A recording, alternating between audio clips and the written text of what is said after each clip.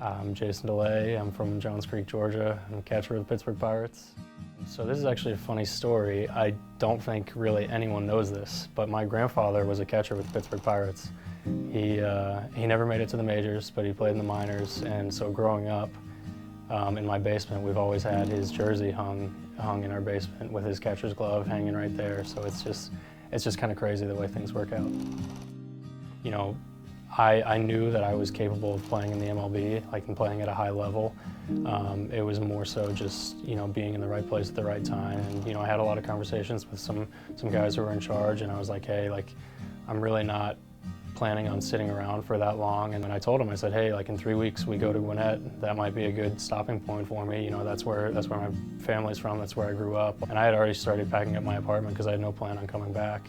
And it was before the game that day. I was catching a bullpen, and Miggy called me over and he was like, hey, I need to talk to you.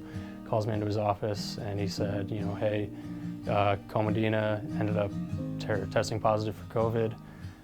They're down a bullpen catcher, so we're sending you up to be on the taxi squad. Dwayne ended up testing positive for COVID, which means we were down a player, so I ended up getting activated. The big thing was that Heineman, his wife, was having a baby, so they knew that he was going to go on paternity leave in just a few weeks. But that is kind of the reason why I got a little bit more opportunity than I probably would have gotten. When I debuted, I hadn't played a baseball game in I think it was 16 days, so you know, didn't necessarily feel prepared. I was just like, you know, a lot of pregame thoughts, and I think I've kind of settled in a little bit. And it was more, you know, kind of just the confidence that I have the ability to play at the big league level. But at the same time, like every time I look around, like it's just crazy that I'm even here, and just kind of looking back on the past 2 months and the way it's unfolded, it really is insane.